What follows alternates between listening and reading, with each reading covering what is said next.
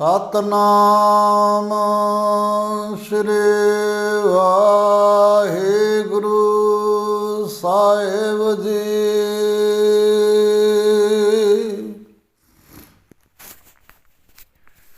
ਮੈਂ ਗਰੀਬ ਸੱਚ ਟੇਕ ਤੂੰ, ਮੇਰੇ ਸਤਿਗੁਰ ਪੂਰੇ।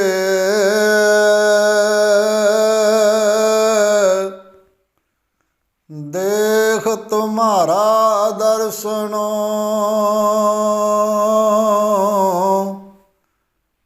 ਮੇਰਾ ਮਨ ਧੀਰੇ।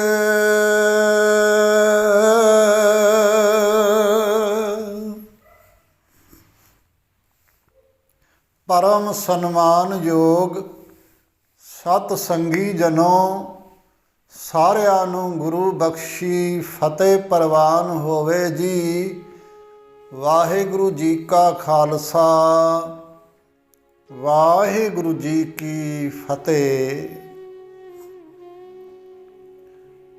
ਕਲਯੁਗੀ ਜੀਵਾਂ ਨੂੰ ਤਾਰਦੇ ਹੋਏ ਸ਼੍ਰੀ ਗੁਰੂ ਨਾਨਕ ਦੇਵ ਜੀ ਮਹਾਰਾਜ ਅਤੇ ਭਾਈ ਮਰਦਾਨਾ ਜੀ ਤੁਰੇ ਜਾ ਰਹੇ ਹਨ। ਬਰਸਾਤ ਦਾ ਮੌਸਮ ਨੇੜੇ ਆ ਗਿਆ। ਇਸ ਬਰਸਾਤ ਦੀ ਰੁੱਤ ਨੂੰ ਚੌਮਾਸਾ ਕਹਿੰਦੇ ਹਨ। ਸਾਧੂ ਸੰਤ ਇਸ ਚੌਮਾਸੇ ਦੇ ਵਿੱਚ ਤੀਰਥ ਯਾਤਰਾ ਨਹੀਂ ਕਰਦੇ। ਕਹਿਣ ਤੋਂ ਭਾਵ ਕਿ ਜ਼ਿਆਦਾ ਤੁਰਦੇ ਫਿਰਦੇ ਨਹੀਂ, ਇੱਕ ਜਗ੍ਹਾ 'ਤੇ ਟਿਕ ਕੇ ਬੈਠ ਜਾਂਦੇ ਨੇ। ਗੁਰੂ ਸਾਹਿਬ ਕਾਫੀ ਚਿਰ ਤੋਂ ਸਫ਼ਰ ਵਿੱਚ ਸਨ। ਸਰੀਰ ਉੱਪਰ ਗਰਮੀ ਸਰਦੀ ਝੱਲ ਕੇ ਸਤਨਾਮ ਦਾ ਦਾਨ ਦਿੰਦੇ ਚੱਲਦੇ ਹੀ ਰਹੇ। ਭਾਈ ਮਰਦਾਨਾ ਜੀ ਸੋਚ ਰਹੇ ਸਨ ਕਿ ਅੱਗੇ ਹੁਣ ਰੁੱਤ ਮਾੜੀ ਆ ਰਹੀ ਹੈ, ਬਰਸਾਤ ਦੀ ਰੁੱਤ ਆ ਰਹੀ ਹੈ। ਉਹ ਚਾਹੁੰਦੇ ਸਨ ਕਿ ਬਰਸਾਤੀ ਚੌਮਾਸੇ ਵਿੱਚ ਗੁਰੂ ਜੀ ਕਿਤੇ ਟਿਕ ਕੇ ਬੈਠ ਜਾਣ। ਸਤ ਸੰਗੀ ਜਨੋ, ਸ਼੍ਰੀ ਗੁਰੂ ਨਾਨਕ ਦੇਵ ਜੀ ਕਿਤੇ 2 ਕਿਤੇ 4 ਦਿਨ ਠਹਿਰ ਕੇ ਵਾਹਿਗੁਰੂ ਦੇ ਨਾਮ ਦਾ ਉਪਦੇਸ਼ ਦਿੰਦੇ ਅੱਗੇ ਹੀ ਅੱਗੇ ਜਾ ਰਹੇ ਸਨ। ਬਰਸਾਤ ਵੀ ਸ਼ੁਰੂ ਹੋ ਗਈ।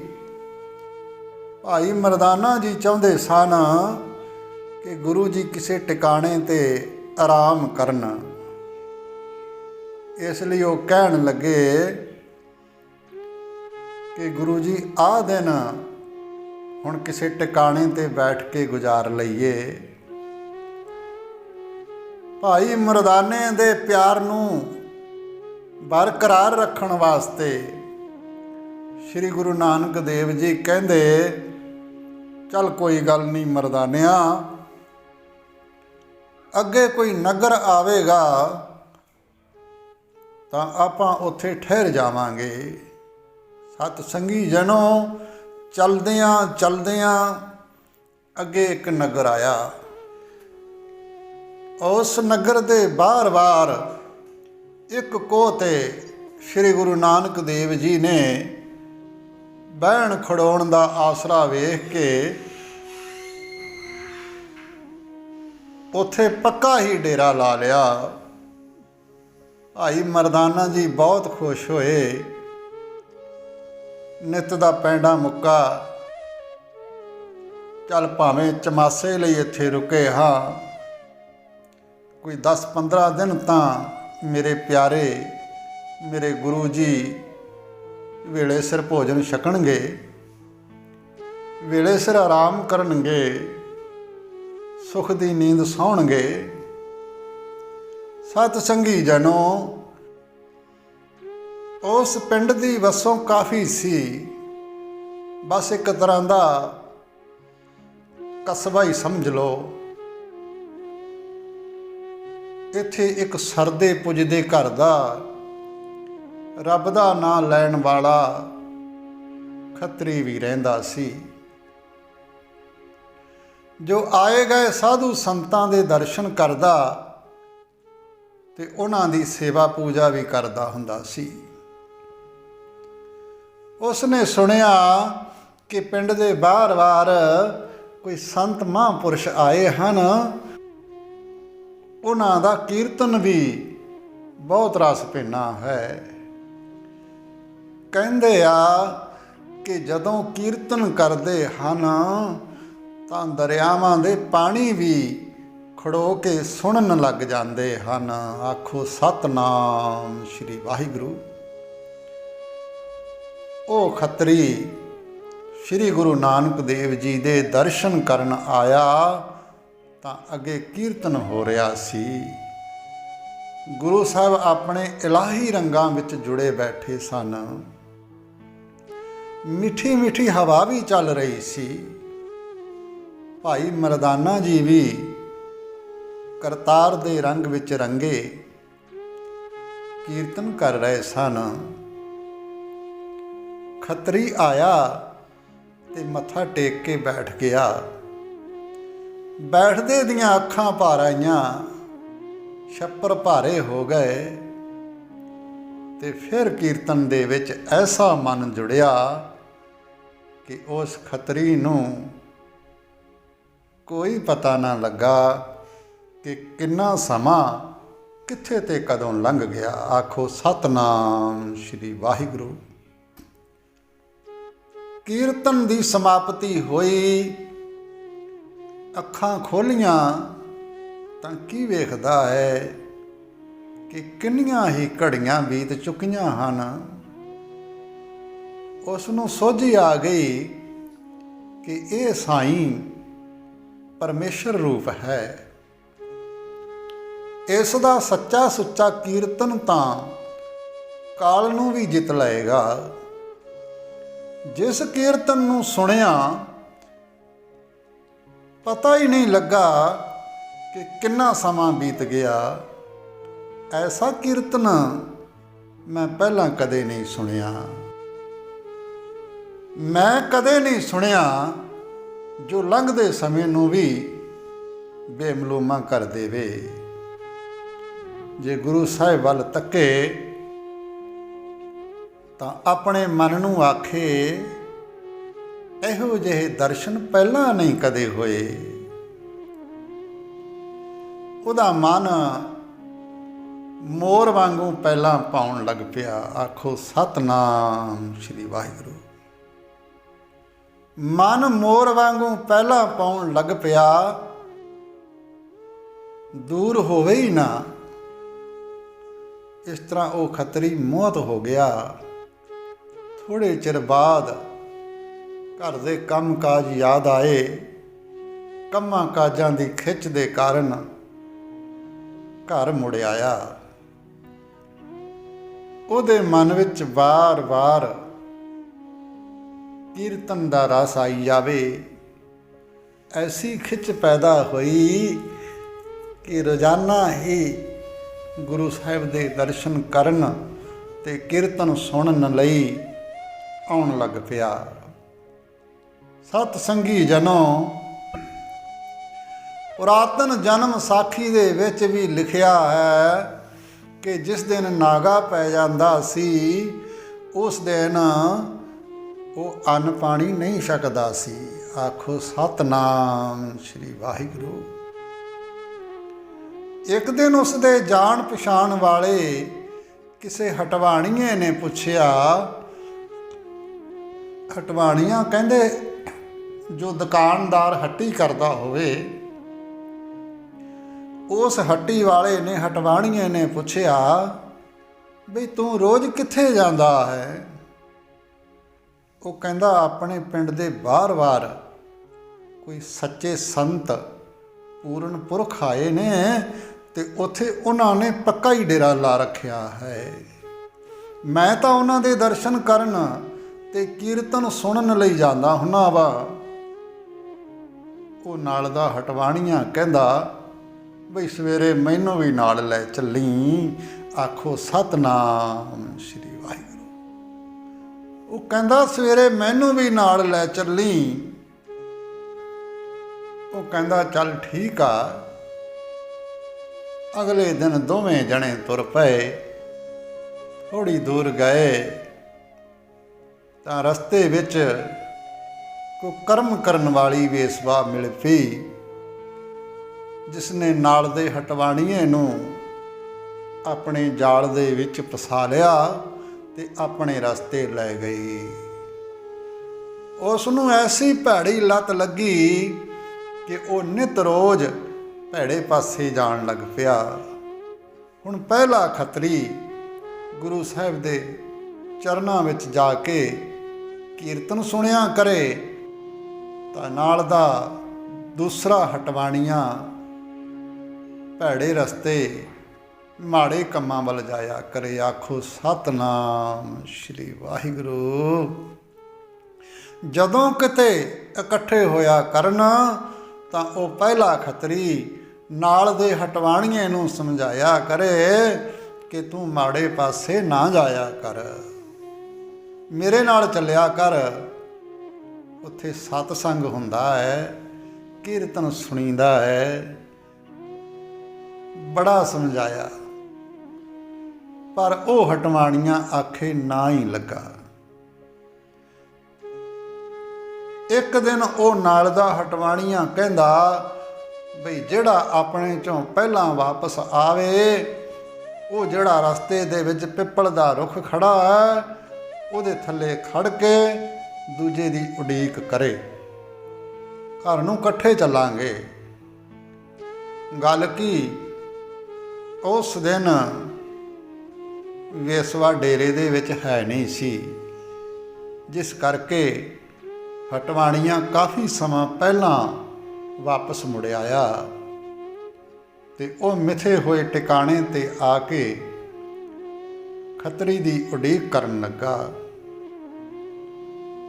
ਉੱਥੇ ਵਿਹਲਾ ਬੈਠਾ ਡੱਕਿਆਂ ਦੇ ਨਾਲ ਮਿੱਟੀ ਜੀ ਫਰੋਲਣ ਲੱਗ ਪਿਆ। ਥੋੜ੍ਹੇ ਚਿਰ ਬਾਅਦ ਇੱਕ ਸੋਨੇ ਦੀ ਮੋਹਰ ਲੱਭ ਗਈ।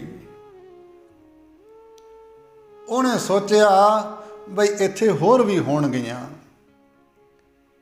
ਆਪਣੇ ਲੱਕ ਨਾਲ ਬੱਧੀ ਛੁਰੀ ਕੱਢੀ ਤੇ ਹੋਰ ਧਰਤੀ ਪੁੱਟਣ ਲੱਗ ਪਿਆ। ਮਿੱਟੀ ਪੁੱਟਦਿਆਂ ਪੁੱਟਦਿਆਂ ਇੱਕ ਮਟਕਾ ਨਜ਼ਰੀ ਪਿਆ। ਉਸ ਦਾ ਢੱਕਣ ਖੋਲ੍ਹ ਕੇ ਵੇਖਿਆ ਤਾਂ ਉਹਦੇ ਵਿੱਚ ਕੋਲੇ ਹੀ ਕੋਲੇ ਸਨ। ਇੰਨੇ ਚਿਰ ਨੂੰ ਉਹ ਖੱਤਰੀ ਵੀ ਆ ਗਿਆ ਜਿਹੜਾ ਗੁਰੂ ਸਾਹਿਬ ਦੇ ਚਰਨਾਂ ਵਿੱਚ ਸਤਸੰਗ ਕਰਨ ਜਾਂਦਾ ਸੀ। ਉਹਨੇ ਜੁੱਤੀ ਦਾ ਇੱਕ ਪੈਰ ਲਾਹ ਕੇ ਹੱਥ ਵਿੱਚ ਫੜਿਆ ਤੇ ਲੰਗੜਾਉਂਦਾ ਹੋਇਆ ਤੁਰਿਆ ਆਵੇ। ਹਟਵਾਣੀਆਂ ਉਸ ਨੂੰ ਪੁੱਛਣ ਲੱਗਾ ਕਿ ਤੇਰੇ ਪੈਰ ਤੇ ਕੀ ਵੱਜ ਗਿਆ ਹੈ। ਉਸਨੇ ਦੱਸਿਆ ਕਿ ਮੇਰੇ ਪੈਰ ਦੇ ਵਿੱਚ ਕੰਡਾ ਵੱਜ ਗਿਆ ਹੈ। ਉਹ ਹਟਵਾਣੀਆਂ ਕਹਿੰਦਾ ਵੇਖਿਆ ਤੂੰ ਮੈਨੂੰ ਰੋਜ਼ ਕਹਿੰਦਾ ਸੀ ਕਿ ਮੇਰੇ ਨਾਲ ਸਤਸੰਗ ਸੁਣਨ ਚੱਲ, ਵੇਖ ਤੂੰ ਸਤਸੰਗ ਕੀਤਾ ਤਾਂ ਲੱਤੋਂ ਲੰਘਾ ਹੋ ਕੇ ਆ ਗਿਆ ਏ। ਮੈਂ ਭਾਵੇਂ ਮਾੜੇ ਪਾਸੇ ਜਾਂਦਾ ਸੀ ਪਰ ਮੈਨੂੰ ਵੇਖ ਲੈ ਸੋਨੇ ਦੀ ਮੋਹਰ ਮਿਲੀ। ਵੇਖਿਆ ਤੂੰ ਕਹਿੰਦਾ ਸੀ ਨਾ ਜਾਇਆ ਕਰ, ਉਧਰ ਭੈੜੇ ਲੋਕ ਰਹਿੰਦੇ ਨੇ। ਚੱਲ ਹੁਣ ਆਪਾਂ ਤੇਰੇ ਗੁਰੂ ਕੋਲ ਚੱਲੀਏ ਤੇ ਚੱਲ ਕੇ ਪੁੱਛੀਏ ਕਿ ਮੰਦੇ ਕੰਮੀ ਸੋਨੇ ਦੀ ਮੋਹਰ ਮਿਲੀ ਤੇ ਚੰਗੇ ਕੰਮੀ ਪੈਰ 'ਚ ਕੰਡਾ ਵਜਿਆ, ਸੂਲ ਚੁੱਭ ਗਈ ਹੈ। ਇਹ ਕੀ ਗੱਲ ਹੋਈ? ਆਖੋ ਸਤਨਾਮ ਸ਼੍ਰੀ ਵਾਹਿਗੁਰੂ।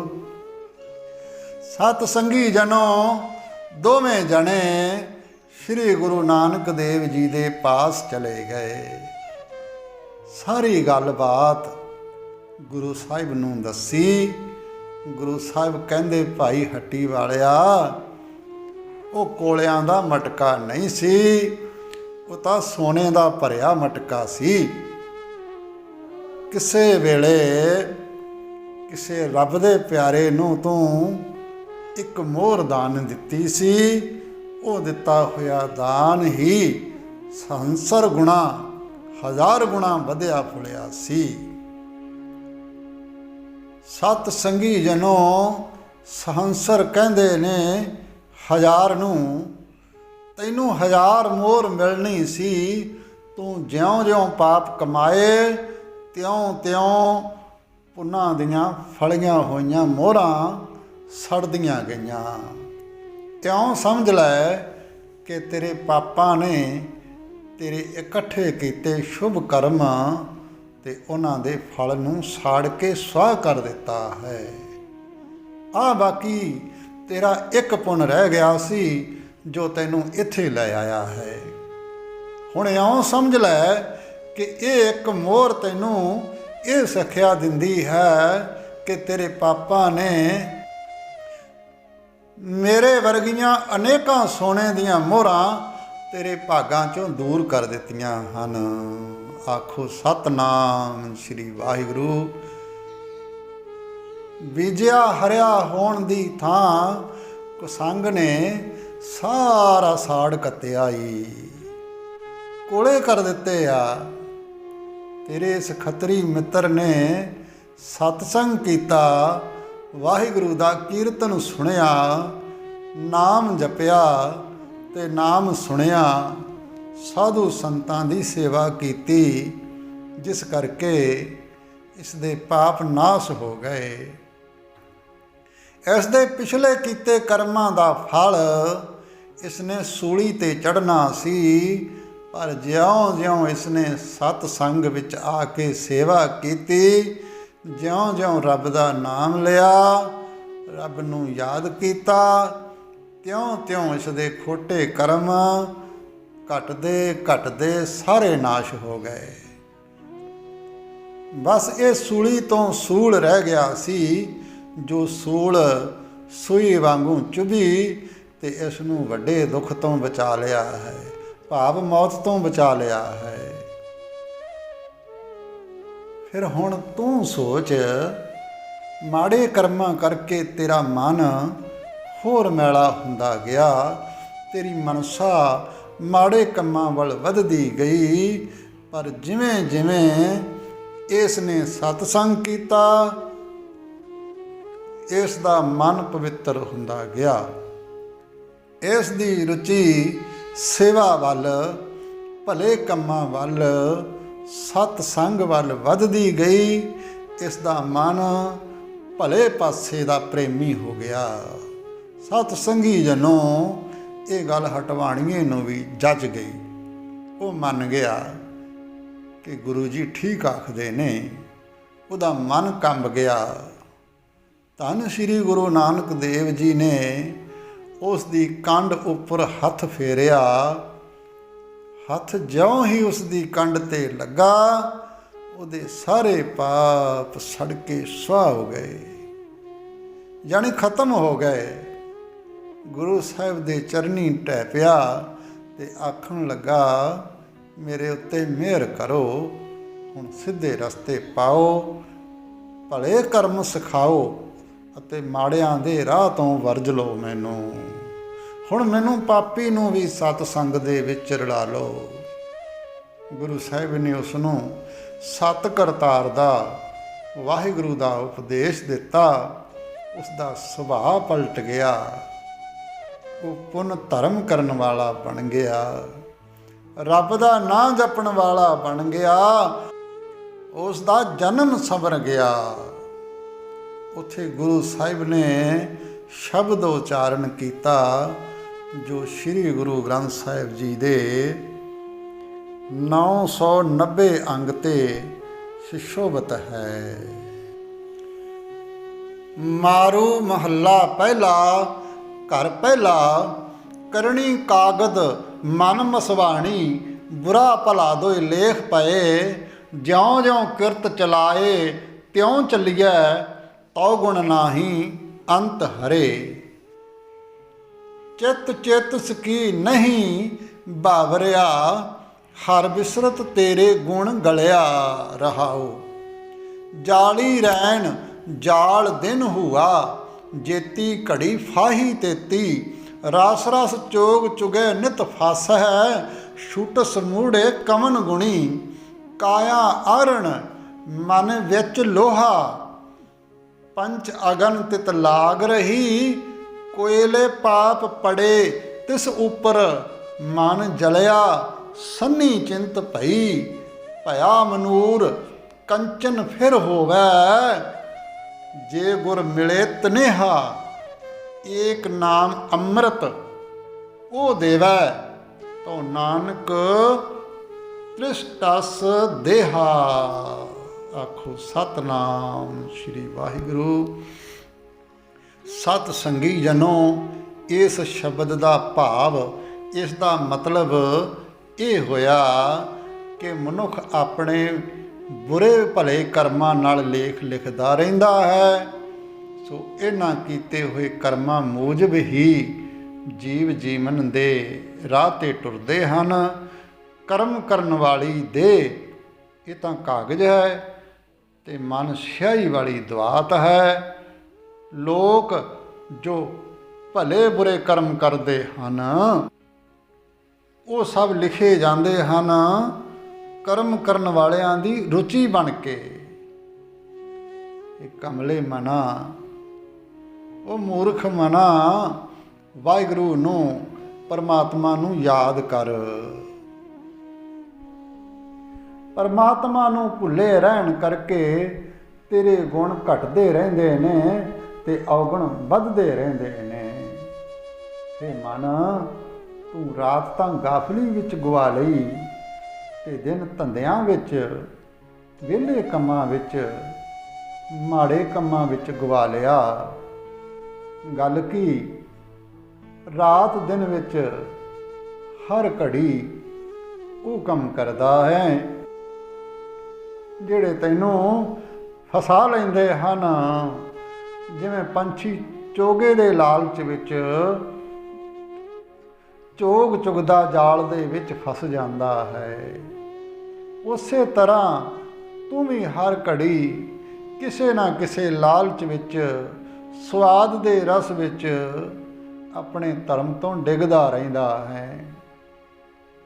ਇਉਂ ਮੰਦੇ ਕਰਮ ਕਰਨ ਦਾ ਸੁਭਾਅ ਬਣ ਕੇ ਉਸ ਸੁਭਾਅ ਦੇ ਵਿੱਚ ਅਸੀਂ ਫਸ ਜਾਂਦੇ ਹਾਂ। ਹੇ ਮਨ, ਤੂੰ ਦੱਸ ਇਹ ਸਫਾਈ ਤੋਂ ਕਿਵੇਂ ਛੁੱਟੇਗਾ? ਕਿਉਂਕਿ ਸਰੀਰ ਤਾਂ ਭੱਠੀ ਬਣ ਚੁੱਕਾ ਹੈ, ਇਹਦੇ ਵਿੱਚ ਮਨ ਲੋਹਾ ਹੋਇਆ ਪਿਆ ਹੈ। ਕਾਮ ਕ੍ਰੋਧ ਲੋਭ ਮੋਹ ਹੰਕਾਰ ਦੀਆਂ ਅੱਗਾਂ ਤਪ ਰਹੀਆਂ ਹਨ। ਪਾਪਾਂ ਦੇ ਕੋਲੇ ਉੱਤੇ ਪਏ ਹਨ, ਕੁਝ ਹੋਰ ਪੈ ਰਹੇ ਹਨ। ਮਨ ਵਿੱਚ ਸੜ ਰਿਹਾ ਹੈ, ਚਿੰਤਾ ਸੰਨੀ ਵਾਂਗੂ ਲੱਗ ਰਹੀ ਹੈ। ਭਾਵ ਕਿ ਚਿੰਤਾ ਸੰਨੀ ਵਾਂਗ ਲੋਹੇ ਨੂੰ ਉਲਟਾ ਸਿੱਧਾ ਕਰਦੀ ਰਹਿੰਦੀ ਹੈ, ਜਿਸ ਕਰਕੇ ਅੱਗ ਦਾ ਸੇਕ ਸੜਦਾ ਰਹਿੰਦਾ ਹੈ। ਇਸ ਤਰ੍ਹਾਂ ਮਨ ਸੜ ਸੜ ਕੇ ਮਨੂਰ ਹੋ ਗਿਆ ਹੈ। ਸਤ ਸੰਗੀ ਜਨੋ, ਮਨੂਰ ਇੱਕ ਧਾਤ ਦਾ ਨਾਮ ਹੈ, ਜਾਂ ਇਸ ਤਰ੍ਹਾਂ ਕਹਿ ਲਓ ਕਿ ਸੜਿਆ ਹੋਇਆ ਬੇਕਾਰ ਲੋਹਾ। ਐ ਮਨ, ਤੂੰ ਨਿਰਾਸ਼ ਨਾ ਹੋ। ਤੇਰਾ ਮਨੂਰ ਹੋਇਆ ਮਨ ਚੰਗਾ ਲੋਹਾ ਨਹੀਂ, ਸਗੋਂ ਸੋਨਾ ਹੀ ਬਣ ਜਾਵੇਗਾ। ਸਤ ਸੰਗੀ ਜਨੋ, ਮਨ ਸੋਨਾ ਉਦੋਂ ਬਣੇਗਾ ਜਦੋਂ ਪਾਰਸ ਪੱਥਰ ਵਰਗਾ ਗੁਰੂ ਮਿਲ ਜਾਵੇ, ਜਿਹੜਾ ਲੋਹੇ ਨੂੰ ਛਾਉਣ ਤੇ ਸੋਨਾ ਬਣਾ ਦੇਵੇ। ਜਿਨ ਮਾਨਸ ਤੇ ਦੇਵਤੇ ਕੀਏ ਕਰਤ ਨਾ ਲਾਗੀ ਵਾਰ। ਜਿਹੜਾ ਮਾਨਸ ਤੋਂ ਦੇਵਤਾ ਬਣਾ ਦੇਵੇ, ਉਹ ਤੈਨੂੰ ਪਰਮਾਤਮਾ ਦਾ ਅੰਮ੍ਰਿਤ ਵਰਗਾ ਮਿੱਠਾ ਮੋਇਆ ਨੂੰ ਜੀਵਾ ਦੇਣ ਵਾਲਾ ਅੰਮ੍ਰਿਤ ਨਾਮ ਦੇਵੇ। ਜਿਵੇਂ ਸਾਨੂੰ ਗੁਰੂ ਸਾਹਿਬਾਨਾਂ ਨੇ ਸ੍ਰੀ ਗੁਰੂ ਗ੍ਰੰਥ ਸਾਹਿਬ ਜੀ ਦੇ ਲੜ ਲਾਇਆ ਹੈ।